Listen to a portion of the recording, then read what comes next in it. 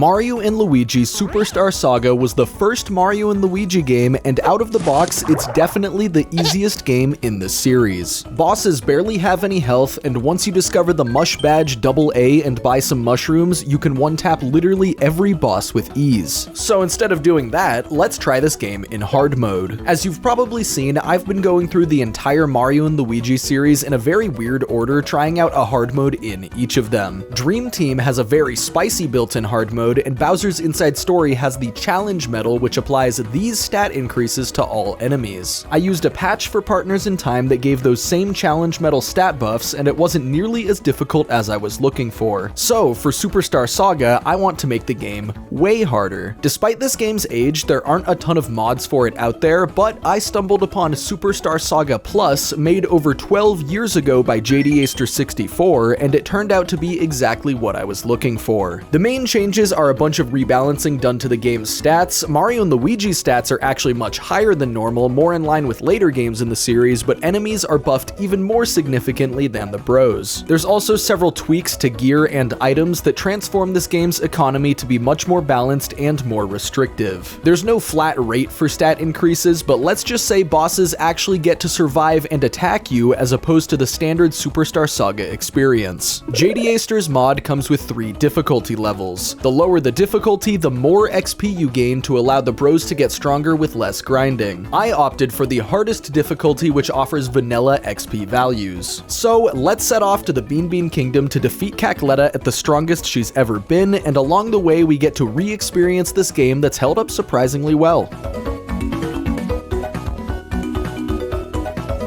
This game's story starts off with an ambassador from the neighboring Beanbean Kingdom visiting Princess Peach, but it's actually this evil witch named Cackletta and her right-hand man, Fawful. They steal Princess Peach's voice, but not the princess herself, and flee back to the Beanbean Kingdom. We actually first play as Toad in this game, who goes to inform the Mario Bros of what happened. When he arrives, Mario is in the shower, and Toad walks in and accidentally sees his hard mode. Mario and Luigi rush to Peach, only to find that Bowser has shown up to try and kidnap her. There's a quick tutorial fight against him, and then it's revealed that Peach's voice has not only been stolen, but also replaced with swears. They fall out of her text box and explode, which is very meta, and that's just understood and accepted by everyone in the room. So, Bowser agrees to help take the Mario Bros to the Beanbean Kingdom to retrieve Peach's voice because he wants to kidnap her properly. This leads to us boarding the Koopa Cruiser, getting our passport photos taken, doing some more tutorial stuff, and finally we reach the top of the ship where Fawful shows up to stop us. This is yet another tutorial fight, so it doesn't yet have increased stats. Hard mode starts right after this, though. Upon defeating Fawful, he shoots down the Koopa Cruiser, causing us to crash land in Stardust Fields. This area holds the border between the Mushroom and Beanbean Kingdoms, and their border security is quite possibly the most ableist border security ever conceived. You have to complete this jump rope minigame to prove that you're worthy or whatever, and it's honestly kind of hard for being at the very beginning of the game. It's not really difficult if you're a grown-ass adult playing the game, but it definitely took me a few tries when I was a kid. After traversing a tiny bit more of Stardust Fields, we find Bowser, who's trapped in a giant cannon. Tollstar shows up and demands we pay him to release Bowser. He wants 100 Beanbean coins, and apparently our 118 Mushroom coins only converts to a measly 10 Beanbean coins. That's a ratio of 11.8 Mushroom coins to 1 Beanbean coin. Keep this in mind for later, this will come up again. So we gotta go round up more coins to pay him off, and along the way we find these funny looking Toad guys that teach Mario and Luigi our first set of overworld moves.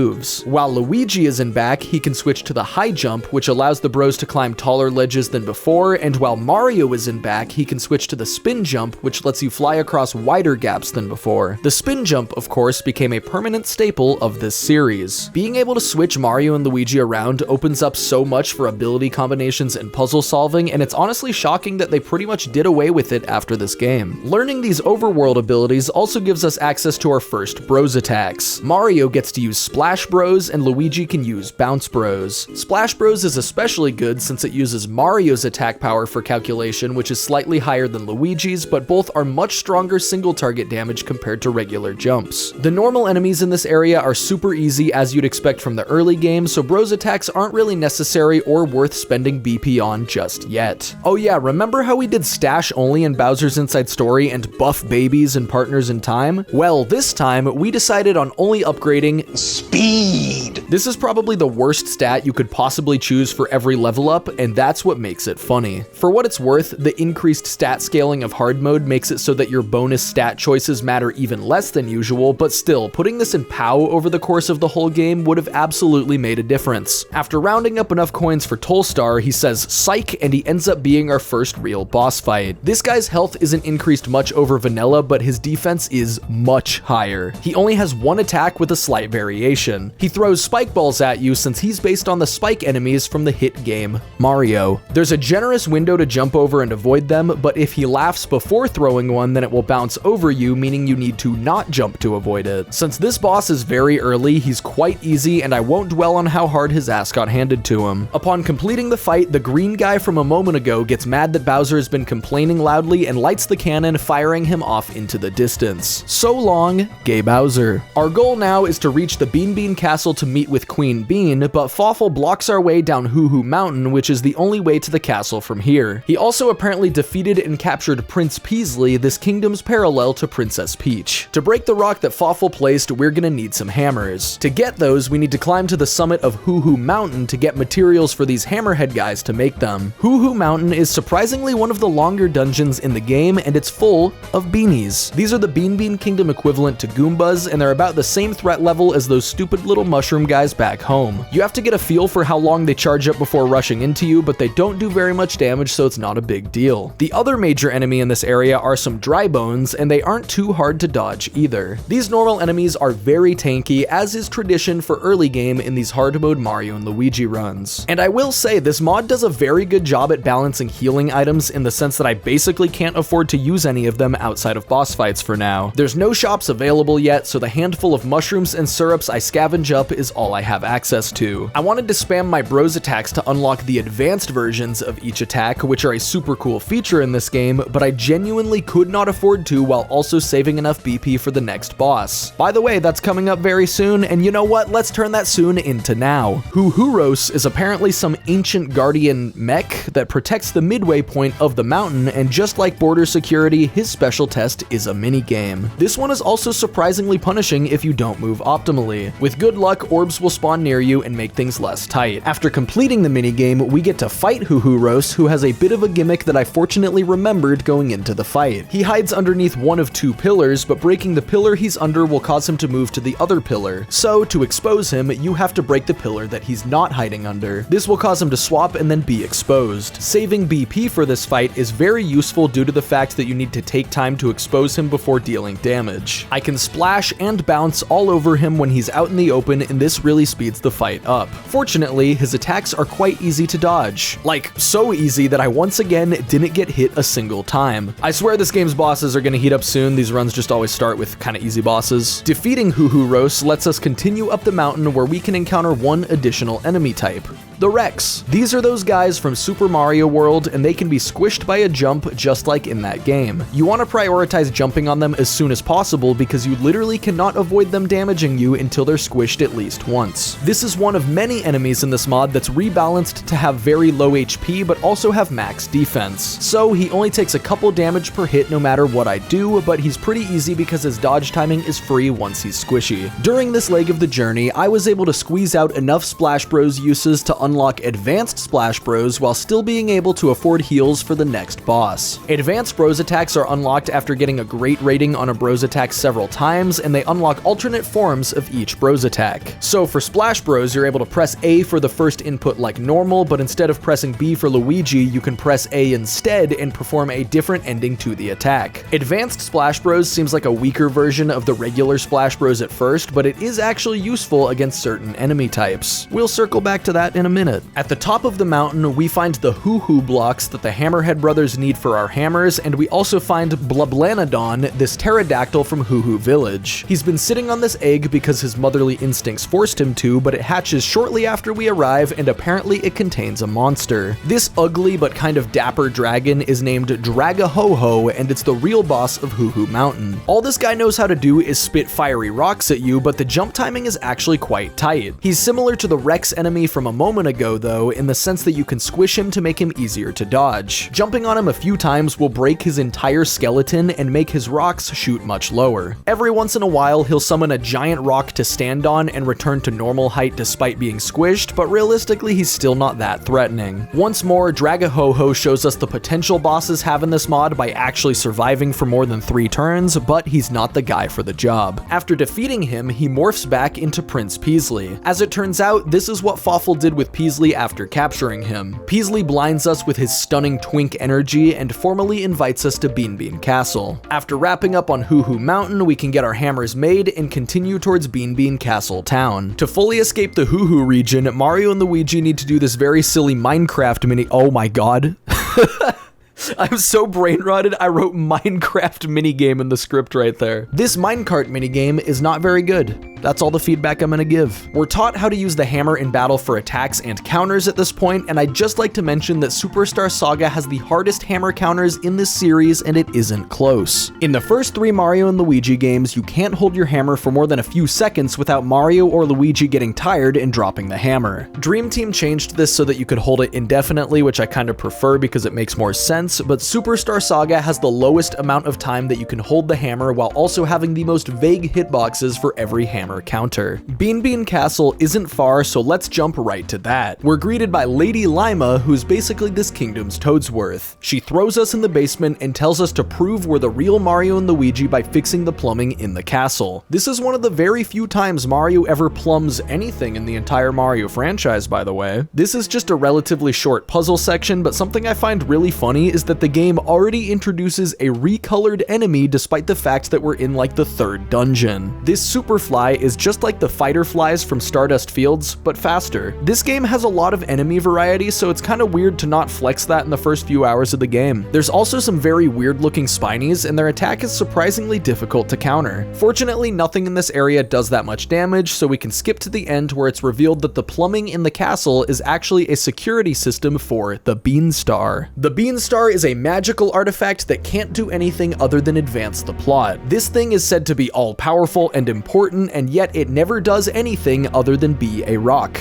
A plot rock. Okay, actually that's a lie, it does do one thing later. Just one. Also, broken plumbing as a security system is so insanely stupid that it's actually kinda genius. It took an incredibly specific social engineering situation to circumvent this. So yeah, turns out Lady Lima was actually Cackletta in disguise, and she tricked us into unlocking the Beanstar for her. She reveals to us that her ultimate plan is to use Princess Peach's voice, the only voice pure enough to awaken the Beanstar and use its power to take over the world. She escapes from Beanbean Castle with the Beanstar, but not before sicking a very jacked and very mind-controlled Queen Bean on us. This is our next boss fight, and this is a huge jump in difficulty from the previous bosses, which is exactly what I was hoping for. Queen Bean starts off with a shockwave attack, and after each action, she'll inch closer to the bros. When she gets close enough, she'll swap to a close-range punch attack that's actually really tight to block with the hammer. Seriously, this is one of the harder hammer counters in the whole game. You can push her back by defeating both of her arms, or by hammering the main body for a single point of damage. Her crown makes her spiky, but this is temporarily removed when you defeat her arms. You might think this means we need to beat the arms over and over to deal enough damage to get through her massive health pool, but we have another trick up our sleeves. Remember Advanced Splash Bros? Well, instead of failing against spiky enemies like the normal version, it actually deals double damage against them. So instead of killing both arms every few turns to keep her broken, we can just spam this with Mario's turn while Luigi can play support by either healing or hammering her back so she can't do the punch attack. If this wasn't hard mode, she'd melt after like 2 Advanced Splash Bros, but fortunately she actually gets to survive and put up a fight. The fact that each bro gets to pick a different role here is super cool for this early in the run, and it was genuinely very important to get good at this hammer counter. Her double punch can one-tap you, but there's another trick to this fight that synergizes well with Advanced Splash Bros. Defeating just one of the arms will cause her to do 1 punch instead of 2, and it will never revive since she can only restore her arms when both are down. This allowed me to keep my head above water and defeat her before running out of healing items. Now that is a very solid performance from a very early game boss. Defeating Queen Bean sedates her for now, but she's still stuck in this mind-controlled form. The real Lady Lima informs us that the legendary Chucklehuck Reserve in Chucklehuck Woods could get rid of the evil worm that Cackletta planted in Queen Bean to make her this way. So our next quest is to set off and go do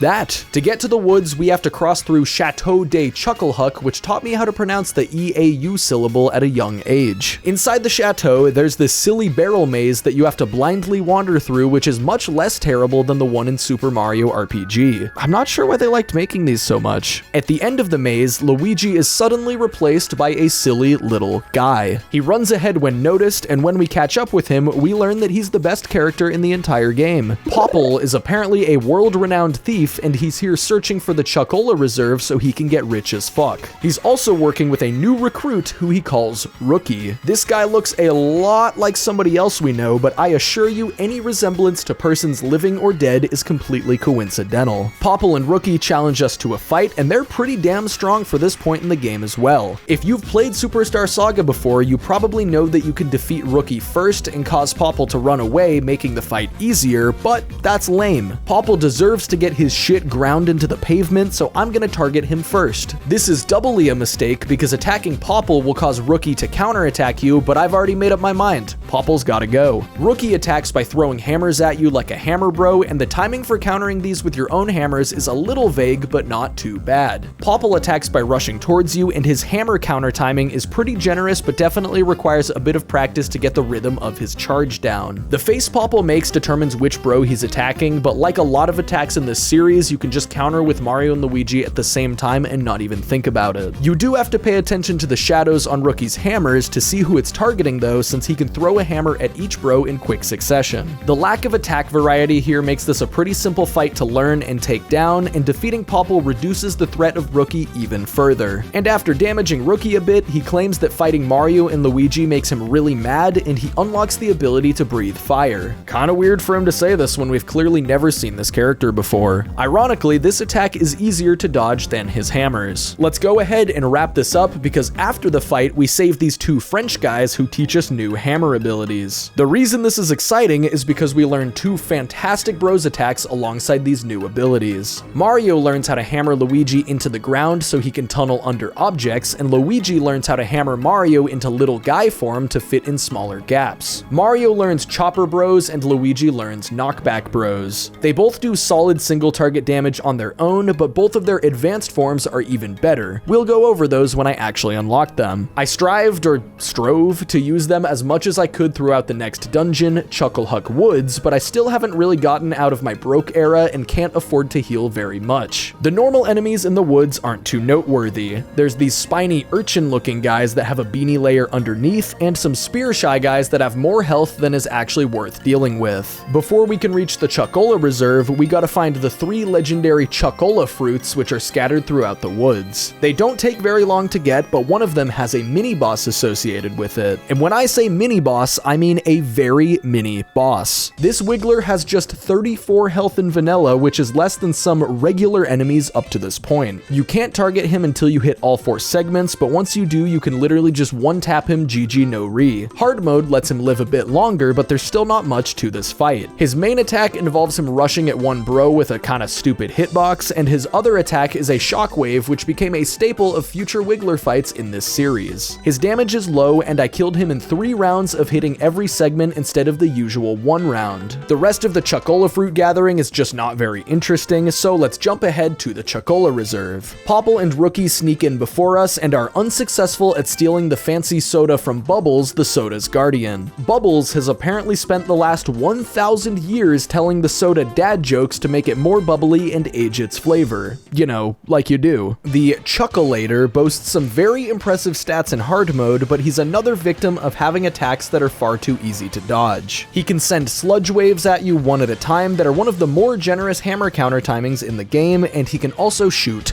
balls. The jump timing is a little finicky, as has been the case with a lot of attacks so far, but overall you would have to be an idiot to die against this guy. During the fight, I unlocked advanced knockback bros, which is fantastic because it's an infinite attack. Let's just say there's a reason they stopped putting infinite attacks in this series after the 3rd game. This one isn't as ridiculous as some of the attacks in Partners in Time, but in vanilla, it combos very well with the mush badge that I mentioned at the beginning. Spoiler alert though, that badge is completely removed buy this mod, so we won't be able to abuse it. I know it's kind of lame to spoil that now, but I figure it's worth mentioning so that you don't have to worry about the second half of this video getting completely cheesed. Back to the soda guy though, he'll swap into a squished phase after taking enough damage, and during this he gains a new attack where he tries to bump into you. Bubbles can also waltz into the battlefield and tell a joke to heal him, but the healing isn't scaled up compared to vanilla, so these numbers are nothing in this mod. This boss definitely underperformed compared to Queen Bean, but it's still super fun to see him actually attack for more than a few turns before dying. After we defeat the soda monster, Bubbles sends us into an underground cave, and in true Mario and Luigi fashion, this next scene is very weird. Mario falls into the soda barrel, Luigi rides it down the river back to Beanbean Castle, and then Mario feeds it to Queen Bean Mama Bird style. This evacuates the mind control worm from her belly, and she turns back into her normal form. She sends us off to meet with Prince Peasley, who has our next mission. Cackletta and Fawful brought the Beanstar to Woohoo Hooniversity, where they can finally use Peach's voice to awaken it, and we gotta stop them! This area is honestly a pretty cool one, but we gotta traverse some of the Beanbean Kingdom to get there first, and we meet one of the worst enemy types in the whole game, the Troopy. These little shits can either attack you by running into you, or they can choose to heal their companions. When multiple of them heal in a single turn, they can almost keep up with your damage output. This made this fight I did against 3 of them take as long as some of the boss fights so far, so I didn't take on any more of them. Upon arriving at the Hooniversity, we find that it's taken a ton of damage and all of the professors have been turned into monsters. Mario and Luigi fight and kill these transformed enemies, and the fact that they were once innocent people is never addressed. Neat. The laser sniffets they get turned into aren't too threatening of enemies, and they don't take too long to kill, so I made sure to take the opportunity to catch up on some XP throughout this area. The other enemies we encounter with them at first are called Yo Bros, and they have one of the easiest counters of any normal enemy in the game. A couple rooms later, we meet another 2 enemy types, Eekers and Viruses. The Eeker is a silly little beaker guy that heats himself up, hits some sick-ass moves, and then tries to bump into you. I'm noticing a lot of attacks in this game are just enemies trying to walk into you. I suppose that's par for the course as far as Mario games go, but it definitely gives you an appreciation for how later Mario and Luigi games expanded on enemy attack variety. The virus enemies of Dr. Mario fame, of course, are some of the coolest ones in the game. You have to defeat them by turning all of them to the same color, similar to how you'd beat them in Dr. Mario. Okay, well, in vanilla you can just kill them normally, but this mod gives them max defense, so killing them normally is basically not an option. The trick to countering their attack is to just hammer them as soon as they walk up to you, but if you don't, they'll scoot back and forth and then jump on your head and bite you. I was running around without full health, so Mario got one-shot by a virus, leaving Luigi to carry his lifeless body and defend against another. Now here's another mechanic that became a staple in this series. Having one bro down makes counter timings for the remaining bro much more difficult. I think this mechanic is awesome, but it is incredibly punishing in hard mode because some attacks become straight up impossible to dodge like this. On top of that, Superstar Saga has the biggest counter delay when holding a downed bro out of any game in the series, so I missed a second virus counter and took my first death of the run. So let's bring up that death counter and run it back. Oh no. Dude, I gotta stop getting first struck by these fucking guys. Oh my god. Rest in peace. I guaranteed die. So that last fight was for nothing. This is gonna happen a lot, isn't it? Okay, well, the fun is over already. This is the shortest Wingdings duration we've had in this series. Yeah, getting hit from behind and tripped causes the back bro to start the fight on his ass, allowing enemies to hit you for free if they outspeed you. This could have been avoided if I learned anything from death number 1 and healed, but I am a YouTuber, so making intelligent decisions was never in the cards. The main puzzle in the Hooniversity is to activate a sunbeam thingy and then flip a bunch of mirrors to direct the beam towards this big door. This unlocks the main room where Cackletta is, and the practicality of this mechanism in this university is questionable at best. Overall, I quite like this area, and I think that the tone of Woohoo Hooniversity is a nice shift from the pretty upbeat game we've had so far. A bit later into the dungeon, I had another run-in with an Eeker, and he destroyed me with his other attack. He's able to run up in your face, charge up, and then shoot multiple fireballs at you. You can counter this by hammering him twice, but the hitbox is really frustrating. It doesn't activate until until he's fully stopped and begins charging, so if you hammer slightly too early, your hammer will phase right through him, and then you have to hammer multiple pretty precise fireballs. This caught me very off guard the first time it happened, and Mario went down. After that, Luigi couldn't get it up.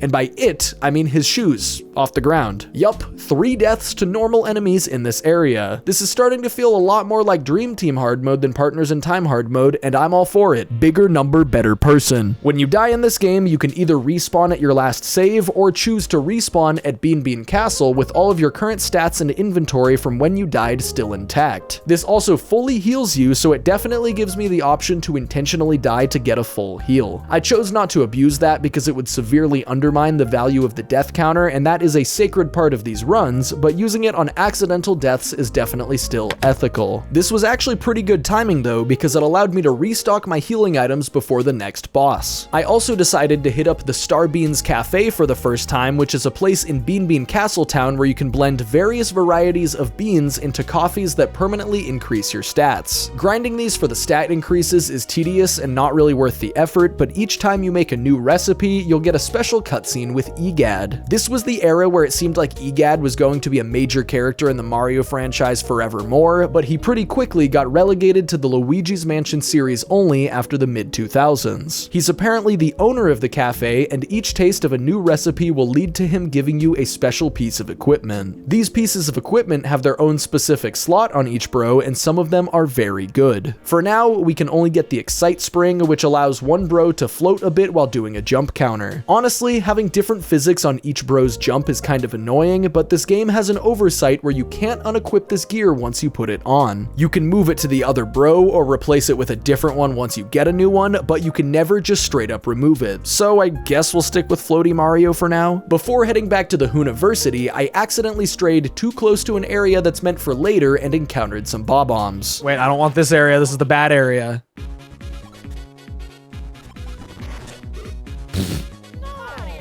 Yeah,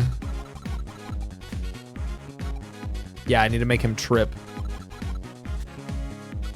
Cool. I survived, but I got dizzy. This game sucks. This game sucks. Okay, so back to the Hooniversity for real now. I finished the sundial puzzle and were able to head in and confront Cackletta. Before we even arrive, she uses these Peach bots to speak with Peach's voice and awaken the Beanstar. There's no reason she needed to make the robots look like Peach, nor have 3 of them, but what's an RPG without an aura farming villain? The Peach bots called the Beanstar a hoe, which makes it mad and causes it to smash the floor and drop into the basement. And there we go, there is the one thing that it gets to do. So for whatever reason, Peach's voice made the Beanstar mad instead of granting it magical powers, and before Cackletta can figure out what went wrong, Mario and Luigi pull up, incapacitate Fawful, and challenge her to a fight. This fight, maybe more than any other fight in vanilla, needed a hard mode buff, and holy does it deliver. Cackletta starts out with this rapid fire portal attack that you have to jump over before she chills out and enters her main phase. Her primary attack is to lift her arms and shoot lightning at you. The arm she raises indicates which bro she'll attack first, but don't forget that she uses 2 lightning bolts per arm raise the way that I did at the start of this fight. Yeah, not exactly a strong opening turn for this boss. I shook it off, revived Luigi, and began buffing my stats with red and green pepper items. The hard mode mod reworks these a bit compared to vanilla. Usually they'll give you a 50% attack or defense buff for several turns, but that's insanely overpowered, so this mod gives each pepper one version that gives a 12.5% attack increase, and a stronger version that gives a 25% attack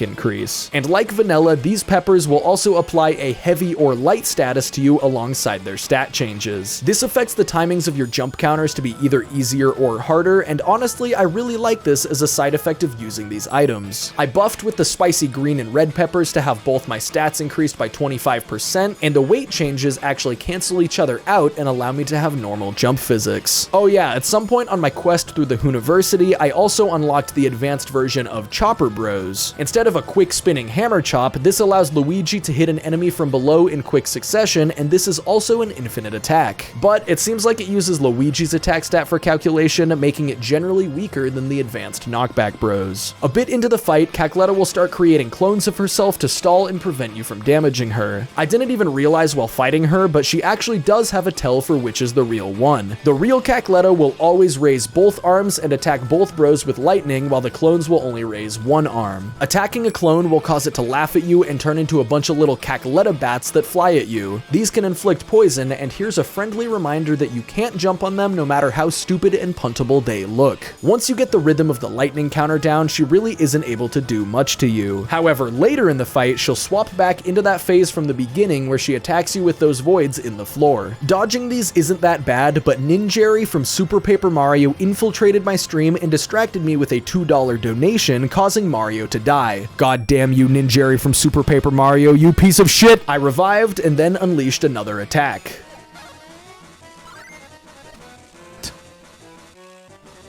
Wait, that's it? She only had 30 health left. It didn't matter that I messed it up. Goodbye.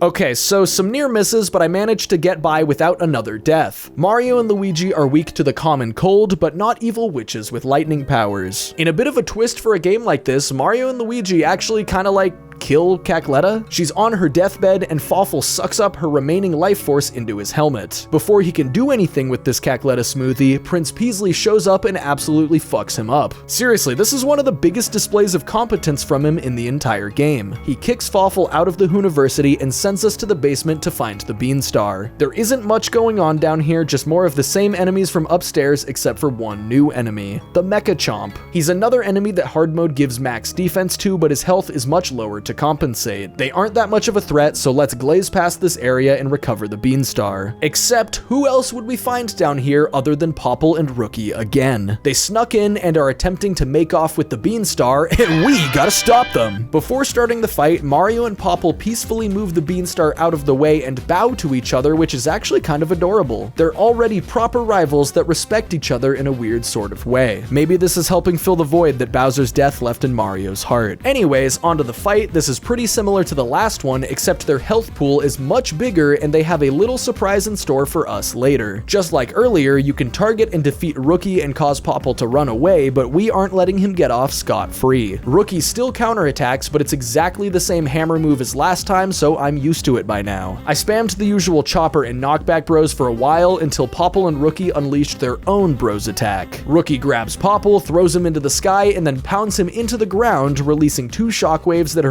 very easy to jump over. Okay, so the attack is underwhelming, but it is hilarious that Popple himself calls it a bros attack. They actually have a second bros attack where Rookie lights Popple on fire, then throws him at Mario or Luigi. This is also pretty easy to hammer away. Popple didn't last much longer after that, leaving a very tanky Rookie on his own. He has no new attacks, so this is kind of just a bros attack spamming slog. Luckily, the Popple boss theme is an absolute cat jam, so I don't mind hanging out and beating up Rookie for a bit. Following the fight, a Peach Bot falls out of nowhere and pisses off the Beanstar again. It gets mad and attempts to fly away. Mario, Luigi, Popple, and Rookie all climb onto it and get carried into the sky. We're all knocked off at different points, and right before falling off, Rookie exclaims that he's actually Bowser. Obviously, this isn't possible since Bowser presumably died after getting shot out of the cannon earlier in Stardust Fields, so this is a bit of a random choice from the writers. Mario and Luigi land on an island called Oho Oasis, which is populated by these goofy little Oho-Gs that are kind of similar to News from hit game Chrono Trigger. There's a couple towers on this island, and Mario and Luigi each learn a new ability from them. Mario learns the Firebrand ability, and Luigi learns the Thunder Hand ability. They can summon fire and thunder with their hands respectively, which is one of the cooler powers they get in the series. They also lose the ability after this game and never learn it in any future games again. We can now also select hand attacks in battle, and this introduces elemental resistances and weaknesses to the battle system. There's also a way to use hand attacks for a bit of an Easter egg here. Attacking blue Oho-Gs with Thunder Hand or red Oho-Gs with Firebrand in the overworld will initiate a fight against them. They're mostly joke enemies, but they have a couple rare drops. Blue ones drop Oho-G wear, which isn't that good, but red ones drop the Fire Emblem. Okay, yeah, that's not actually what it's called in vanilla, but this mod buffs the Oho-G symbol badge with a higher POW boost and calls it the Fire Emblem. There's like a 25% drop chance or something, and you can refight Oho-Gs over and over, so it's very easy to get two of them and massively increase each bro's attack stat. These also give a small lifesteal effect to hand attacks, but honestly it's barely a drop in the bucket. With these new abilities, we can complete some puzzles underwater that allow us to make our way back to the Beanbean Kingdom mainland. There's some enemies to fight down here, and man, these bloopers piss me off for no reason. Their attack really shouldn't be hard to counter, but I was struggling. I legitimately took 2 more deaths to bloopers. At least that lets me show a neat detail where the game temporarily reverts you to being able to respawn at Oho Oasis instead of Beanbean Castle, so you can't skip the hand powers. Once we climb the pipe back up to the mainland, we see a cutscene showing Fawful injecting Cackleta's soul into Rookie's body. Surely this won't have any ramifications on the story, right? Back on the Beanbean mainland, the team seems pretty unbothered by the fact that the Beanstar split up into 4 pieces that got scattered around the kingdom and is instead eager to welcome Princess Peach. Apparently she's making a diplomatic visit and Queen Bean wants us to go greet her. Upon arriving at the airport, we find a bunch of piranha plants all over the runway. We wouldn't want to hurt them by running them over with a plane, so instead we need to kill them. We don't actually have to fight them, but we instead need to shoot them with water and then electrocute them to defeat them in the overworld. Clearing out all of these small piranha plants reveals a big mom piranha, and she's a boss. This game is very densely packed with boss fights, and I'm all for it. Mom piranha definitely needed the HP increase that hard mode gives her, and with her attack jacked up as well, she's actually a pretty solid threat. She starts the fight with a couple smaller piranha plant minions, and they'll counterattack you whenever you attack Mom Piranha. These fireballs can be a little annoying to jump over, but they don't do crazy damage. Killing the piranha plants is barely even worth the effort since she can respawn them, so I went straight for the main target. She only has 2 attacks. This first one where she swipes at you is kind of deceptive since it's much easier to dodge if you jump with both bros at once instead of trying to stagger them, and her other attack is this big energy ball that she shoots above you. Kind of a weird attack for a giant plant monster to have, but the extra counterattack damage it deals when hammered back is nice. I used a couple 1-ups along the way, but that Fire Emblem attack buff is too good and I still got through this fight a little too quickly. Princess Peach's plane is able to land successfully, and hey, wait a minute, how is she able to speak again? Last we saw her, she dropped bad words all over the place. Well, Queen Bean reveals to us that Peach never got her voice stolen. Apparently Birdo was disguised as Peach and took the blow for her. Peach wants to visit a faraway town in the Beanbean Kingdom called Little Fungi Town. A bunch of toads have apparently immigrated from the Mushroom Kingdom to this place. To get there, you have to cross Teehee Valley, which is a dangerous desert that the princess has no hope of crossing on her own. That's where we come in! After a quick trip to the Hammerhead Brothers' new workshop in East Beanbean for a hammer upgrade, we can smash this rock and get into Teehee Valley. The hammer upgrades in this game, by the way, do not increase hammer damage in battle. They do at least update the sprites to reflect the new hammer color though, which is a nice detail. This next chapter of the game is an escort mission with Peach through Teehee Valley, and it's probably the most hated part of the game. Peach will walk on a set path through the desert, but the moment she leaves your screen, she gets kidnapped. A desert Goomba variant will whisk her away and tie her up underground. Rescuing her doesn't take much effort, and you can even avoid combat while doing so, but it's a total flow killer and is just generally frustrating. She'll also get kidnapped if an enemy interacts with her in the overworld even while she's on screen. You have to keep pace with her and clear obstacles or puzzles for her, and in some parts you even have to ask her to turn around and follow her path in reverse to avoid enemies or give you more time to complete things. The main redeeming part of this segment is the fact that it's incredibly short. It's hard for it to really sour the game when it only took me like 11 minutes to get through here, including a couple hard mode fights. Okay, yeah, in fairness, I remember the solutions to these pretty simple puzzles, but it still doesn't take long even if it's your first time. At the end, Peach wanders ahead and gets cornered by a monster called Trunkle. He's the boss of Teehee Valley, and he's a bit of an interesting one. This fight actually has 2 targets in it, Trunkle's body and the tree on his head. The tree has substantially lower HP than the main target, and defeating it will defeat the entire boss. The main target also has far too little health, but if you're over-leveled in vanilla, you can straight up one-tap the tree on his head with a Chopper Bros. In hard mode, however, the tree is given incredibly high defense to prevent this. The thing is, I can still deal like 15 to 20 damage per turn to this tree, and that leads to a very short fight compared to most other things in this mod. He does have 2 different attacks, but he only lasted long enough to use just one of them against me. He rolls his fists at the bros one at a time, and you can just swing with both bros and not even worry about deciphering which one he's targeting. He's also able to split into smaller copies of himself when the body takes enough damage, but this is skipped entirely if you target his tree. This fight didn't even last 2 minutes, which is genuinely embarrassing for him, so let's move on and stop rubbing in how much he fucking sucks at this game. Little Fungi Town is a pretty cute village, and the talk of the town is the new arcade. This wholesome little kid is like, "Lately, my dad has been spending all his time hanging around the new game arcade. And boy, my mom is so mad. Which would be funny, except she goes and takes it out on me." oh. Let's go hit up that arcade then, huh? Apparently, if you score really well in a new minigame, you can win an Invincishroom. That sounds like a pretty good evil defeating tool, so we should probably earn that. The minigame itself is a very simple arcade-style game, but it's pretty satisfying to play and has a Geno cameo. He got removed in the remake, so this makes the original version of the game objectively better. It's really not hard to win the minigame, so I cleared it first try and got my suspiciously poison mushroom-looking Invincishroom. Yeah, about that. Mario gets poisoned and Luigi has to venture into the nearby Guffaha ruins to find the cure. Problem is, he's a little bit.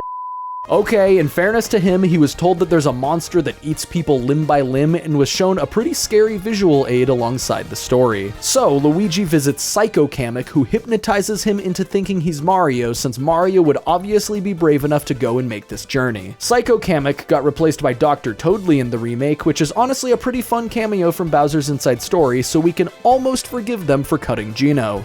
Almost. Guffaha Ruins is a very small area, and there are a few enemies, but I opted to skip them since the bros are pretty weak when separated, and I'd prefer to not get too tapped. The funny thing about this area, besides its name, Guffaha, is that the monster we were told about is actually just a chill guy. However, he's all stressed out by the rumors people spread about him, so he wants to shoot fireballs at us to relieve stress. He's totally cool with us avoiding them. I guess it's just the adrenaline of almost shooting somebody that really perks him up. This minigame is also pretty simple, but it's kind of fun and much easier than it looks since you don't have to control your horizontal speed and Luigi instead just snaps to the platform you're jumping towards. Clearing this minigame allows us to get the Krabby Grass needed to cure Mario, but on our way back we're ambushed by Fawful and the newly reborn Bowletta. It's really weird that she isn't called like Rookie Letta or Cookie or something since she took over Rookie's body, but I guess she kind of looks like Bowser, so we'll just roll with it. Bowletta and Fawful kidnap the whole ass princess this time to avoid any voice stealing shenanigans,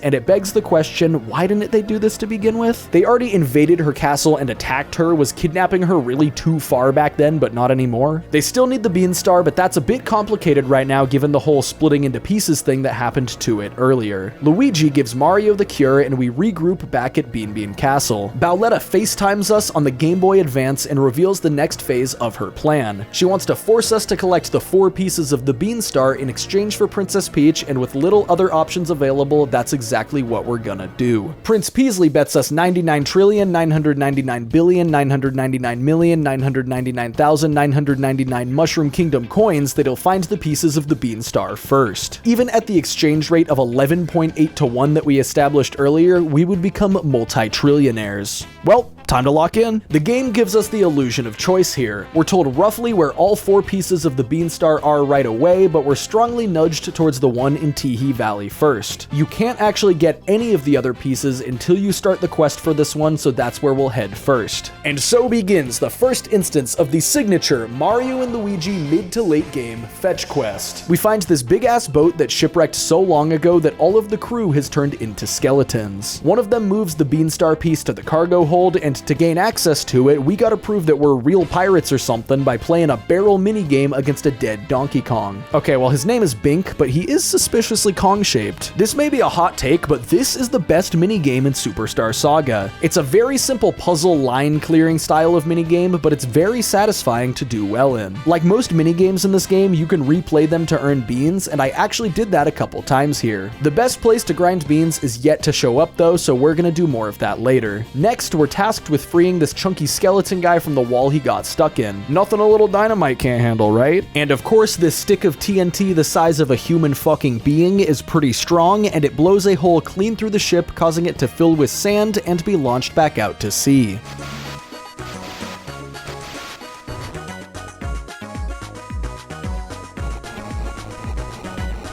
And that is the story of the Titanic. So we end up back in the ocean and the Beanstar piece floats away from us. The new underwater enemies are really strong for some reason. I ended up dying not 1, not 2, but actually 3 times in just this short underwater section. I think I may have been skipping too many enemies for the last little bit and ended up kind of underleveled. Somehow the Beanstar piece ended up on the island above this area, Guarhar Lagoon. Word is, some guy found it and is showing it off, so we gotta go find him. First First though, a quick break to get a hand massage. This seems optional at first, but upon realizing that we have hand powers, the Jellyfish Sisters decide to teach us some new hand techniques because they are hand masters as well. The techniques they teach us are pretty silly, as you've probably gotten used to with this game. Luigi can electrocute Mario from behind and allow them to move as one slow but synced unit. This seems like the type of ability that's only useful in specific arbitrary ways that are shoehorned into the game, and yep, that's pretty much accurate. Mario can now light Luigi's ass on fire, which lets them sprint as a pair. This is unfortunately not practical for fast overworld travel and is instead another specific puzzle solving tool. One of the main practical uses of this one is to knock over these big chunky Koopas that are scattered all over the overworld. These guys are kind of archaic game design in the sense that it's to lock certain areas behind this part of the story, but I can forgive it because Beanbean Kingdom is a very good overworld. After knocking over the big Koopa in Guarhar Lagoon, I encountered an even worse enemy than those Troopies from earlier. Yes, a stronger variant that can for some reason appear in groups of 6 in this mod. Not only do these heal each other for more than before, but they can also revive each other. This is genuinely the hardest fight in the entire playthrough so far. Sure, they only revive each other with partial health, but the real kicker is the fact that revived Troopies get to act on the same turn that they're revived. From a game design perspective, that's just irresponsible. That means you basically need to kill all of them at once, which isn't possible. Except we actually have a couple new Bros attacks from learning those new overworld abilities. Mario can use Fire Bros, which is a pretty good move that I've always kind of overlooked, but more importantly, Luigi learns Thunder Bros. Thunder Bros might technically be the best Bros attack in the original Superstar Saga, but for a really stupid reason. More on that later. Thunder Bros can hit all enemies with elemental damage, and elite Troopies just so happen to be weak to thunder. This is still an incredibly uphill battle, and it went on for over 10 minutes, but eventually... No way!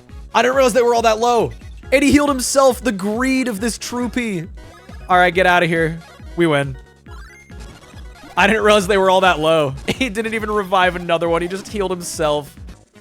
1500 XP from that's pretty good. That's like a boss fight amount of XP. I only won because the last guy got greedy and healed himself instead of reviving his friends. And as it turns out, you get XP for every elite Troopie that you kill. So I got more XP from this single fight than any boss fight so far. And then in like the next room, I encountered another set of 6 elite Troopies. Knowing the XP waiting for me at the end, I decided to take on this fight as well. I focused on killing as many of them as I could instead of trying to win the fight as fast as possible, and after almost 15 fucking minutes, I ended up with another 2600 XP. That was enough to give each bro 2 levels. That's like 2 levels in 1 level. This pretty much catches me up as far as being underleveled goes, and I avoided pretty much every other enemy here because they're kinda scary and I wanted my death count to stay single digits for as long as I could. Not gonna lie, this is probably the most boring dungeon area in the game, so I'm gonna skim over it and jump straight to the boss of the area, who has a lot of personality. This is Hermie III, and he decided to decorate himself like a Christmas tree using the Beanstar Piece as the topper. His admittedly sick shell design is getting tons of attention until we show up and steal all of it by being the motherfucking super plumbers from the Mushroom Kingdom. Hermie gets pissed, and you know what that means. Hermie has a lot of health in this mod, and he's got a pretty threatening mechanic. Every time he attacks, he raises his attack stat for the rest of the fight. He also counters with his pincer attack whenever you hit his face, encouraging you to defeat the pincers, but this is another scenario where he can revive them, so it's easier to just target his weakness. His weakness, of course, is dying. One of the best aspects of Thunder Bros is the fact that it lowers the defense of whoever it hits for several turns. And believe it or not, that's still not the thing that makes it the best Bros attack in the game. With his defense debuffed, our Chopper and Knockback Bros take solid chunks out of his massive health pool. Now, I could have sworn I remembered this guy having more attacks. The wiki mentions it and stuff, but I swear he only attacked me with the pincer attack for the entire fight. This attack has an incredibly easy Q and is very, very free to dodge. Later in the fight, he did the thing where he goes in his shell to heal, but you can hit him with Fire Bros to cancel this phase before he gets any healing done. That was the only thing he did besides try to pinch me, and I ended up beating this fight without taking any damage. So, the real boss of this area was definitely the first Elite Troopie battle, but nonetheless, beating this fight awards us with the first of 4 Beanstar Pieces. Now with our new Fire and Thunder hand secondaries, items, we can start rounding up the other pieces. I decided to head next for Chucklehuck Woods since this is the other place that has a boss associated with it. It fell somewhere in this area full of these adorable little snails called Winkles, and to gain access to the location we need, we have to earn a Winkle card. And how else would we earn this other than another goofy minigame? This one is pretty fun but not very hard.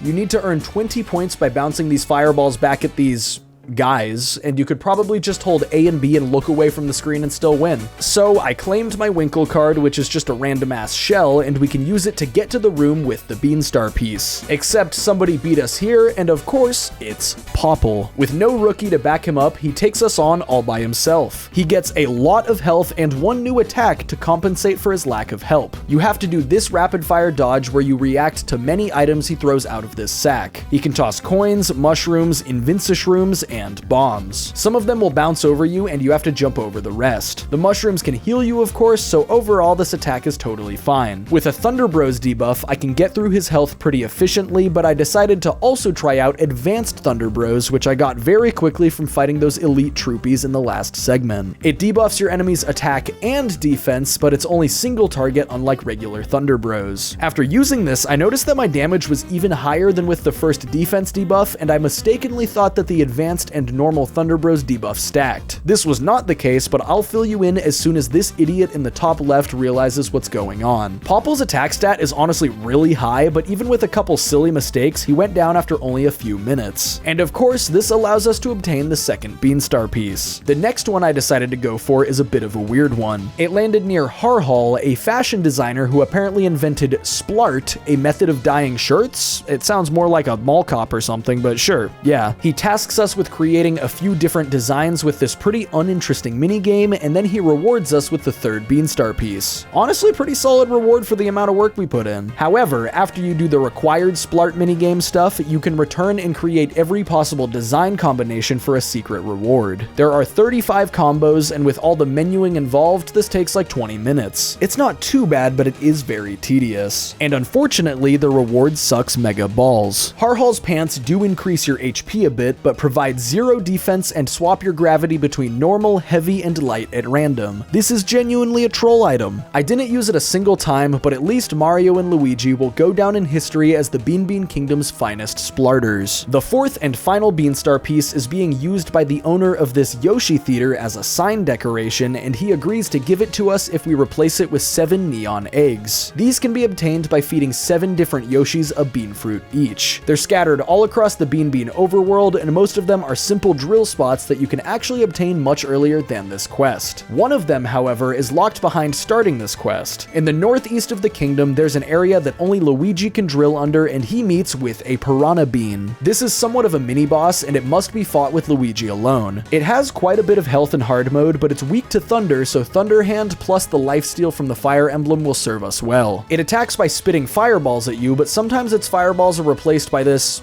thing? The dodges are super easy, and after completing the fight, we learn that the thing he was spitting is actually Prince Peasley. Luigi is able to hammer him back to full size like he can with Mario, and he rewards us with a bean fruit, which the piranha bean also ate. And now they kiss with tongue. Yeah. So we can feed all 7 fruits to the Yoshis, get the neon eggs, and claim our final Beanstar Piece. Yes, that was a fetch quest for the fetch quest. Very RPG, very cool. With the Beanstar reassembled, Bowletta FaceTimes us again and tells us to bring the completed Beanstar to Joke's End to exchange it for Princess Peach. This is an island fortress at the very top right of the map, and to get there, we have to figure out how to cross the ocean. Oh, and Peasley wasn't bluffing about that 99 trillion coin reward, by the way. He concedes that we're the better Beanstar hunters and gives us our reward. However, Lady Lima informs us that this only converts to 99 Beanbean coins at the current exchange rate. Yes, during the events of this game, mushroom coins dropped so drastically in value that it takes 1 trillion of them to equal 1 Beanbean coin. I guess that's what happens when their princess gets kidnapped in a foreign country. Anyways, to get to Joke's End, you might think that we have to go underneath the ocean again or something, but nah. So instead, we're gonna take a boat, right? Surely the Beanbean Kingdom has a ship of some kind? Nope, we have to cram Luigi into this slot and turn him into a fucking surfboard. This game rocks. Oh yeah, we also have to get the Ultra Hammer upgrade from the Hammerhead brothers to reach this, but again, it's just a sprite upgrade as far as battles go. The surfing controls are pretty fun, and there's an optional minigame that's a time attack course. This is the minigame I was talking about earlier that's fantastic for bean grinding, so I decided to hang out and do that for a bit. You can also get a pair of surfer's slacks if you get a time below 39 seconds, which is actually surprisingly difficult.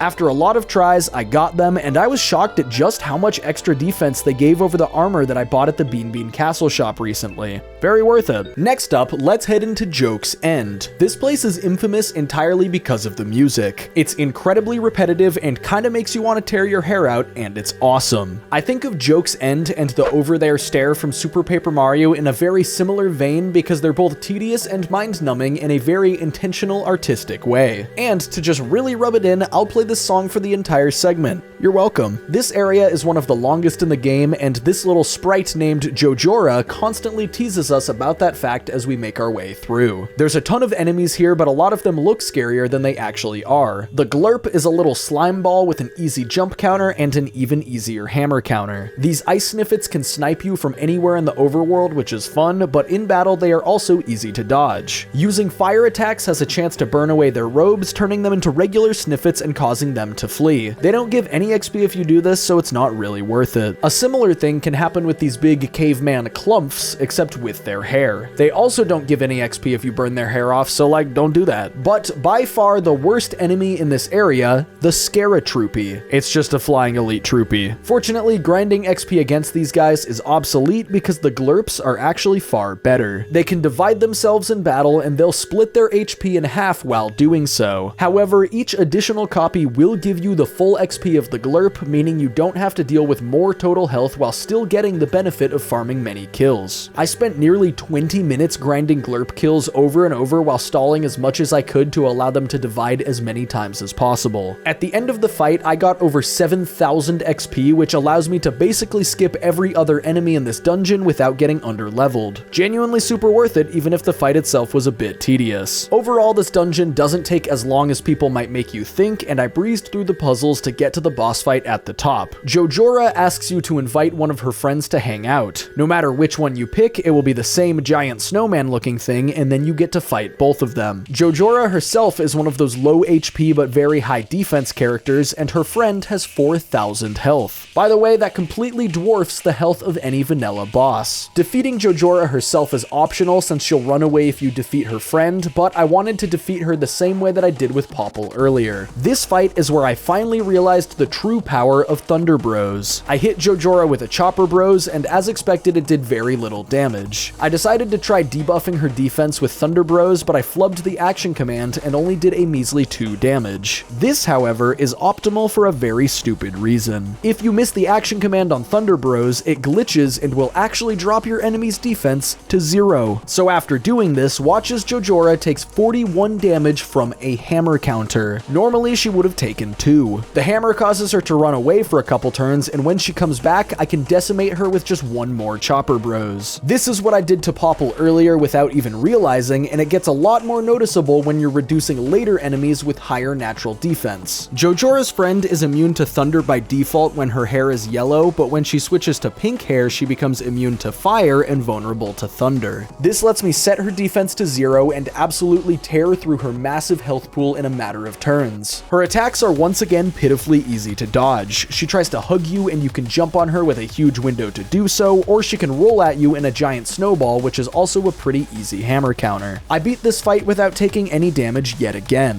JDAster64 is aware of this bug and actually mentions it as a pro tip in the PDF companion guide for this mod. This just goes to show that it pays to read the fine print. After defeating these 2 characters that have nothing to do with the whole Beanstar story, we can rendezvous with Fawful, who sees right through our fake Beanstar and steals the real one from us, because for some reason we brought the real one as well. Good plan. Mario and Luigi think quickly, and Luigi decides to wear a spare Princess Peach dress that they brought along with them. Somehow, this works, and Bowletta and Fawful think they captured the wrong Peach. They dump the real Peach for Luigi Peach and bring him on board the Koopa Cruiser. Bowletta and Fawful start to get the vibe that something isn't right, so Bowletta pulls the oldest trick in the book and shouts that there's something Luigi may be interested in behind him. He breaks and they chase after us, however they get pretty quickly foiled by this box. Bowletta just stands there fucking pissed at the box while we leisurely explore and get all the extra beans on the ship. You can't return to this area once you leave, so it's definitely worth it to take your time and gather these. At the end of the ship, Luigi procures the Beanstar and jumps out using the Princess Peach dress as a parachute. This bird was apparently hired by Bowletta and snips Luigi's rope, causing him to land slightly off target and end up underground. Mario pursues him, and it turns out that he got captured by Popple, who's just hanging out in this cave for some reason. Popple isn't very smart because his plan is to use Luigi to bait Mario so he can take on both of them. Clearly fighting Mario and Luigi together has gone really well for him throughout this game, so yeah, just a genius plan. He's recruited a new rookie, and it's Birdo? She mistakenly thinks they're in love with each other and decides to fight by his side. Ironically, she is much stronger than the last rookie, but she doesn't counter you the same way that he did when you attack Popple. Popple still runs away if you defeat Birdo first, so let's drop his defense and absolutely rattle him. None of his attacks are new, so he's not a threat at all. Birdo enrages after you defeat Popple, but that's no problem, we can just...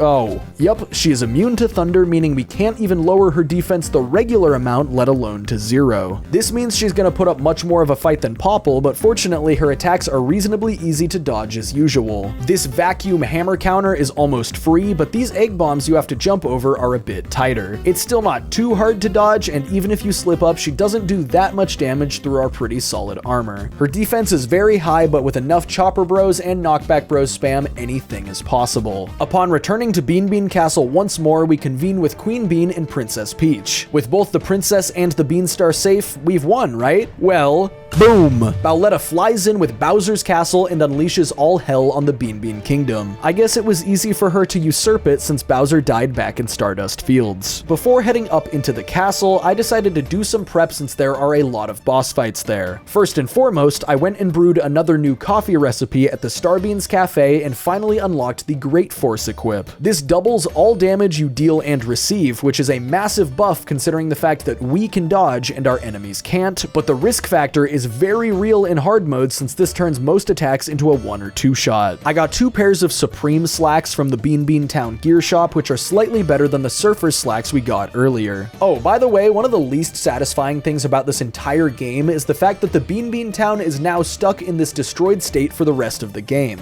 There's no post-game after the main story, so we never get to see it fully intact again, and that's always kind of bothered me. I decided to pop back into Joke's End to grind some more glurps because it's so efficient, especially compared to grinding strong enemies in Bowser's Castle, and I also wanted some more coins. With my characters sufficiently strong enough for the final dungeon, I met up with Blablanadon from the beginning of the game since he can fly us up to Bowser's Castle in the sky. The actual dungeon crawling here is pretty minimal, and this mostly serves as an endgame boss rush before the finale. Bowletta employs the Koopalings to fight us off and stop us, and I guess they either don't recognize or don't care that Rookie's possessed body is giving them orders. We don't know for sure because they don't have a single line of dialogue in this game. If you know anything about the Koopalings, you know that there's 7 of them. So that means we have 7 boss fights to do. Let's get started. First up is Iggy, and since this game uses the classic Koopaling designs from their original 2D Mario appearances, he looks nothing like the modern Iggy that you're probably used to. He's able to spit fireballs at you and use an attack where he spins around and you have to hammer him, and my chat really wanted to see the power of Great Force combined with the Thunder Bros glitch. Here's a Chopper Bros before the debuff and after the debuff. I think I said it best while live. Let's see this damage. This is disgusting. This is actually disgusting. I should not be able to do this much damage. It is worth noting that his damage is doubled as well, so he does a lot with his fireballs, but he was not long for this world regardless. The next Koopaling on the chopping block is Morton, and we decided that it wasn't ethical to demolish him with the Thunder Bros glitch. He's able to spit fireballs just like Iggy, but he also gets a new attack where he stomps the ground and sends shockwaves at you. Great Force does some heavy lifting even without the Thunder Bros debuff, so I still dealt with Morton in just 2 minutes. Third in the lineup is Lemmy, whose sprite is very silly looking in this game. Since this fight is basically the exact same as Iggy, we decided to use the same strategy. I know this is getting old, but trust me, we're not out of the woods with this mod yet. Fourth is Ludwig, who, fun fact, is the most changed of the 7 in the remake. In that 3DS version, he's a gimmick fight where you just have to counter one big attack to instantly beat him, but in the original one, he's more of the same. Except he does bring a new attack to the table, this shell jump rope style thing, which is similar to how he first appears in the overworld. This attack is honestly pretty threatening because the hitbox is surprisingly picky, and I nearly died to it, but Luigi was able to just barely hang on. Once again, we decided to not cheese him with thunder, especially after seeing that he's a genuine contender. He has the other standard Koopaling attacks, and these are quite easy to dodge after some practice. The fifth Koopaling is Roy, and he introduces a whole new mechanic,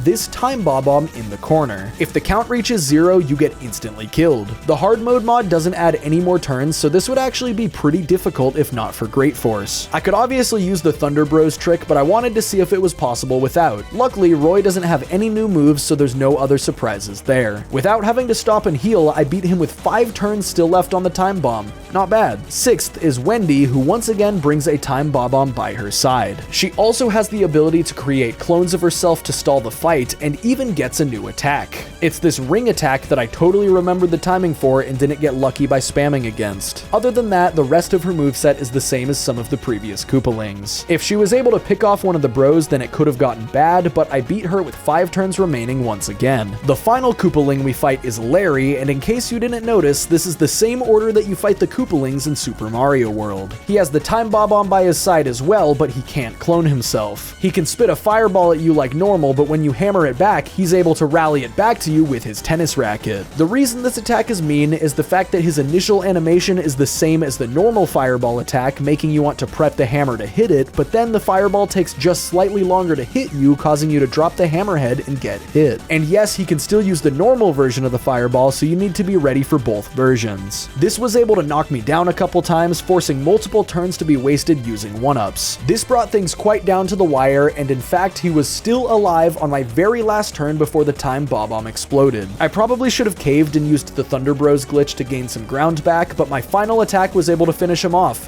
Whew! And finally, we reach the end of Bowser's Castle. But before we can take on Bowletta once and for all, Fawful shows up to make his final stand. He flashes his ass at Mario and Luigi, dons the silly pink jumpsuit, and then the fight begins. Oh boy, this fight. In simple terms, Fawful doesn't fuck around. He starts the fight in a giant metal shell, which makes him immune to all damage. His primary attack is to shoot a couple lasers at you that sweep back and forth. This isn't incredibly hard to dodge, but it's definitely not free. His much worse attack is this one, where he summons a bunch of energy balls that begin to circle him. You get 1 lap to hammer them away before they fly towards you. You can jump over them at this point, but the hitbox hates you. And that marks the first death from a boss fight in this whole run. Man, we were so close to the end. But this is truly only the beginning. I died to Fawful the exact same way on the second attempt, but on the third attempt, I used Fire Bros to skip right to the energy ball attack. I then successfully hammered all of them to skip the jump phase, and then Fawful's machine overheats, leaving him vulnerable for a couple turns. I dealt some damage, but he quickly retreats back into his shell for another round of attacks. I messed up and lost Mario to his laser attack, and then he went right into this attack where he spawns a block above you that you need to spam jump against to get rid of before he shoots a big lightning bolt. Unfortunately, this attack seems to be impossible to avoid if one of the bros is down, because I spammed the shit out of the jump and Luigi couldn't break the block. So, I lost again. I did try a couple attempts without Great Force, but this makes the fight take so long and therefore makes it easier to make mistakes, so I slapped it back on for another attempt now that I had more practice against his dodges. With a bit of better execution and not even having to rely on the Thunder Bros glitch, I defeated him in a couple cycles and the fight really wasn't that long. Now we can take on the true final boss, Bowletta herself. And don't worry, even if I wanted to cheese this fight with our beloved Thunder Bros glitch, it actually isn't possible. Bowletta heals when hit with thunder. Luckily, this is a pretty easy fight to learn. This attack where she spits fireballs at you is quite predictable and generous. The timing for this big flame attack isn't too bad once you figure out when to press A and B, although it does one-shot you, so yeah, that's pretty punishing. After she's taken some damage, she's also able to turn into like a dark, fucked up version of Bowletta and launch these shooting stars at you. Oh yeah, when she does that first fire attack, she can spawn these little flarets that she can allegedly use to heal herself. I say allegedly because I have literally never seen her use these to heal ever, including during this playthrough. They get destroyed whenever she uses the big flame attack and then resummoned again, and they literally just sit there and do nothing. These 3 relatively easy to dodge attacks did get me a couple times, but on the 3rd attempt, I managed to beat her. But if you've played this game before, you know what's next. Bowletta cheats by calling in an already depleted Time Bob-omb, blows us up, and then inhales us. Mario and Luigi are face to face with the devil herself, Cackleta's soul. This phase starts you at 1 HP on each bro since you just got knocked out, and if you don't have enough speed, then the soul even gets to attack first. This mod scales up all enemy stats, including speed, and Cackleta's soul is bumped up to a blistering 300. However, by choosing speed for every single level up, I got Mario just barely fast enough to outspeed and heal us first. Unfortunately, this doesn't do a whole lot. This modded Bros Mushroom restores 200 HP to each bro, and that leaves us open to getting one-hit KO'd by pretty much every attack anyways. My first attempt at this fight was genuinely sad, and I didn't even get to attack once. On the second attempt though, I actually got a turn. Luigi died, so I had to use it to revive him, but still, progress. But then he died again, and Cackletta used the Arm Tornado attack. This is one of the hardest versions of this style of attack in the series, and I'm not confident it's possible to avoid while a bro is down. The sheer number of attacks in this fight is astonishing compared to how many other bosses only had 1 or 2 of them, but I suppose it makes sense for them to go all out on the final boss. She can summon flames that spin around and make you jump with both bros repeatedly. She can launch each hand towards you and attempt to flick you. She's able to summon a little ball of lightning that approaches one bro and has to be hammered back and forth until it goes away. She's able to shoot a giant energy ball above you that you have to hammer several times to break. There's that stupid arm tornado I just mentioned, and later in the fight she gains 3 new attacks as her health goes down. She can summon a Fawful apparition that shoots lasers at you and then needs to be hammered away. There's this time stop attack where you have to watch what direction her eyes are facing and then position the bros correctly to avoid lasers. And finally,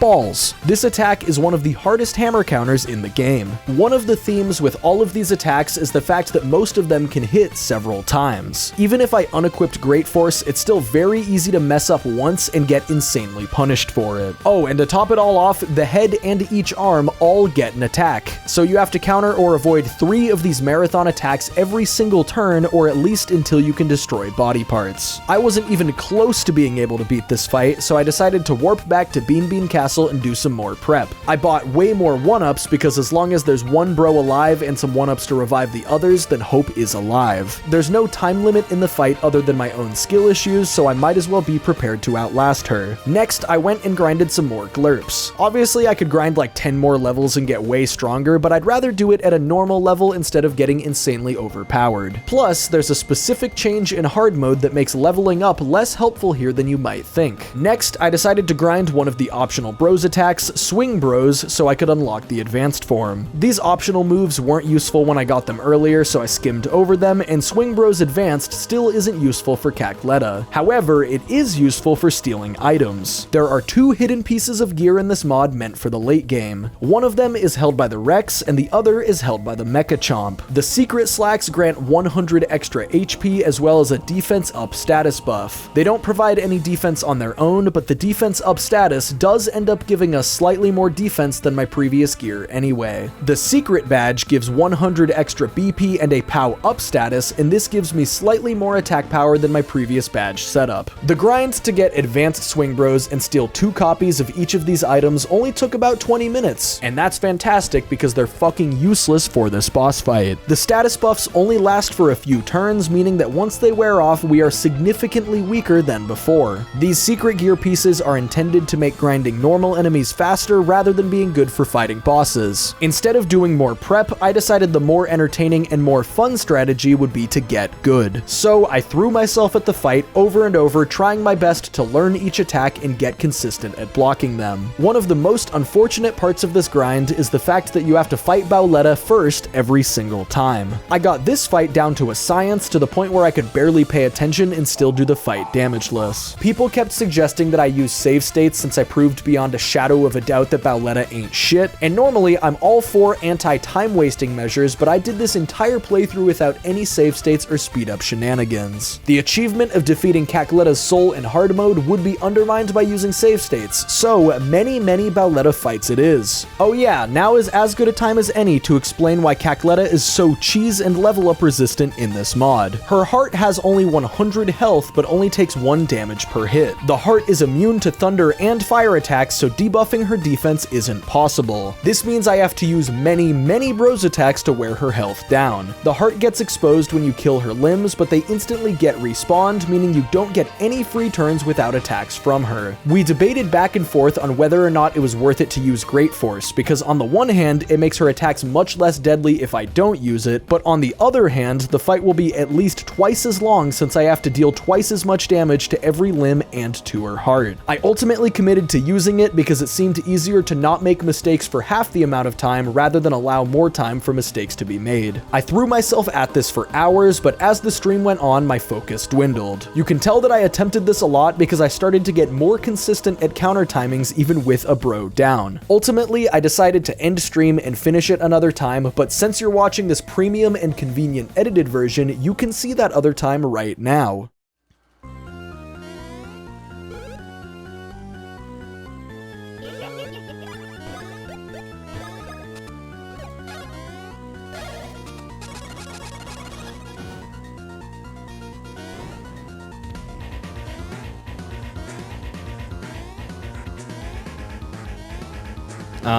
We'll do the Bros Mushroom here. Taking the extra stall turn in the beginning is also super worth it.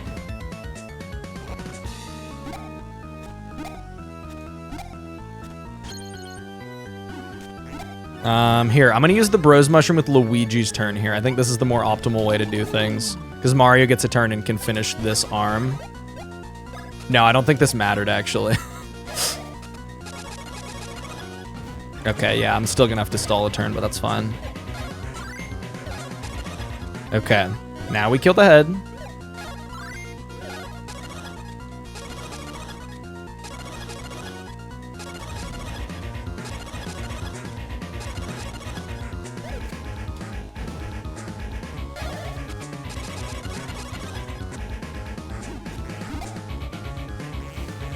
I love how at any point it can just use the hand tornado attack and I just lose.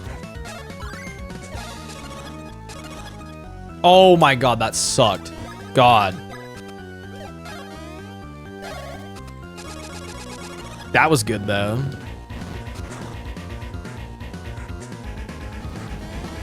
That attack is lagging. I was ready for it that time though.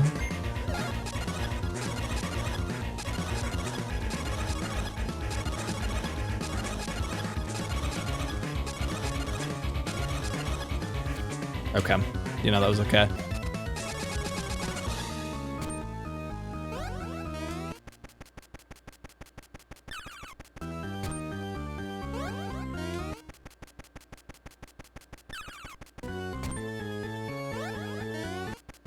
Okay. I'm getting better at the timing for this one. I like that attack a hell of a lot better than the orbs. Okay. Oh my god, yes! Take a turn to buff yourself. I love that. Okay.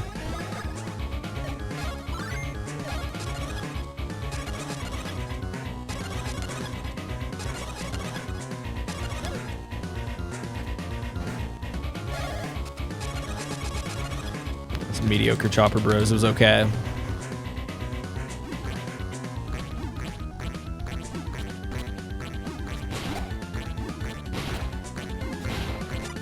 Just slightly early on Mario's hammer timing. That's so rough. Oh, okay. Goodbye.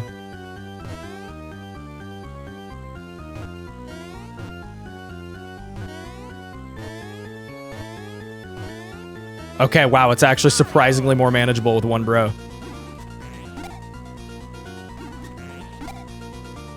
Okay, I think Luigi could have even tanked one hit there. So we revive. It's not over, but this is probably going to add an extra cycle.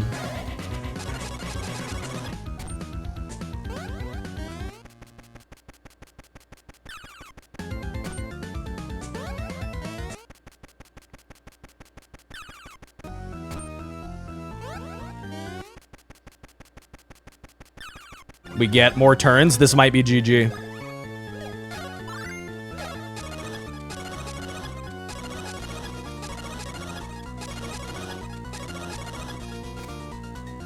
Fucking finally, dude. Oh my god. And so, there we go. There is Superstar Saga hard mode, beaten with 34 deaths. To learn more about the amount of deaths it takes to beat Superstar Saga, look up Superstar Saga Rule 30. And so we reach the end of Mario and Luigi Superstar Saga hard mode. The difficulty was definitely backloaded, but it absolutely delivered, unlike Partners in Time with challenge medal stats. Cackleta's soul being the actual devil is a canon experience with this game, and I'm one of the few people that got to experience that as both a child and an adult. This game's boss roster is really enjoyable when they get to survive for more than 2 turns, and the normal enemies were like low-key harder for most of the game. If you're a veteran of this game or like have a fully developed frontal lobe, I highly recommend giving this patch a try to make the game much harder and more rewarding. As far as the hard modes I've done for this series so far goes, I would say that this one and Dream Team are pretty much equal in difficulty. Dream Team's early game is definitely more punishing, but Cackleta's soul is even harder than Dreamy Bowser. Next up for this series is gonna be, drumroll please,